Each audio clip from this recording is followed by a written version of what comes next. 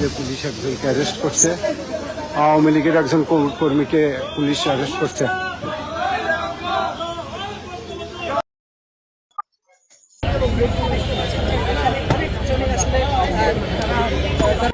তাদের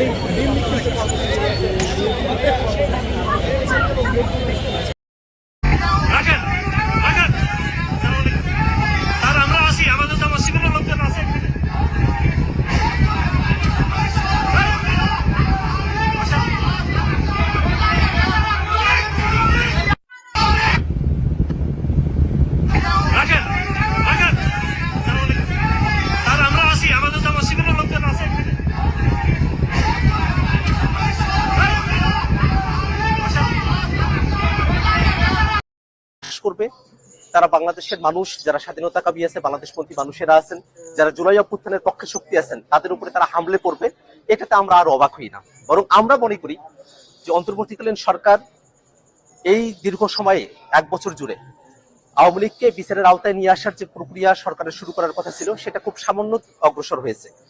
আওয়ামী লীগের যেসব সন্ত্রাসীরা বাংলাদেশ থেকে পালিয়ে এসেছে, তারা বিদেশের বিভিন্ন জায়গায় তারা এখনো সন্ত্রাসের সব করছে।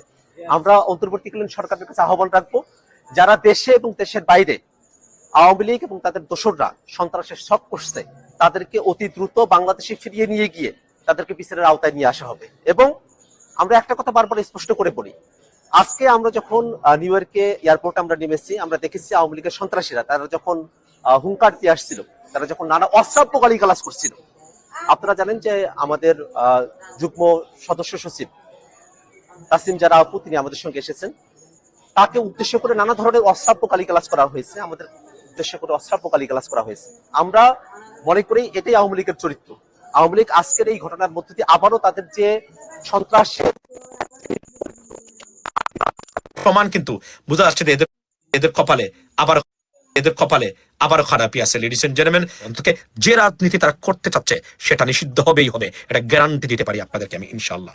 আওয়ামী সন্ত্রাসীদের একটা উইকেট পড়েছে আজকে, সেটা হলো যে নিউ ইয়র্কে আপনারা জানেন যে বেপরোয়া আওয়ামী লীগ বর্তমানে রীতিমতো এতটা হতাশা এবং মানসিক বেকারাগ্রস্ত অবস্থায় আওয়ামী লীগ আছে যে আপনারা কল্পনা করতে পারবেন না।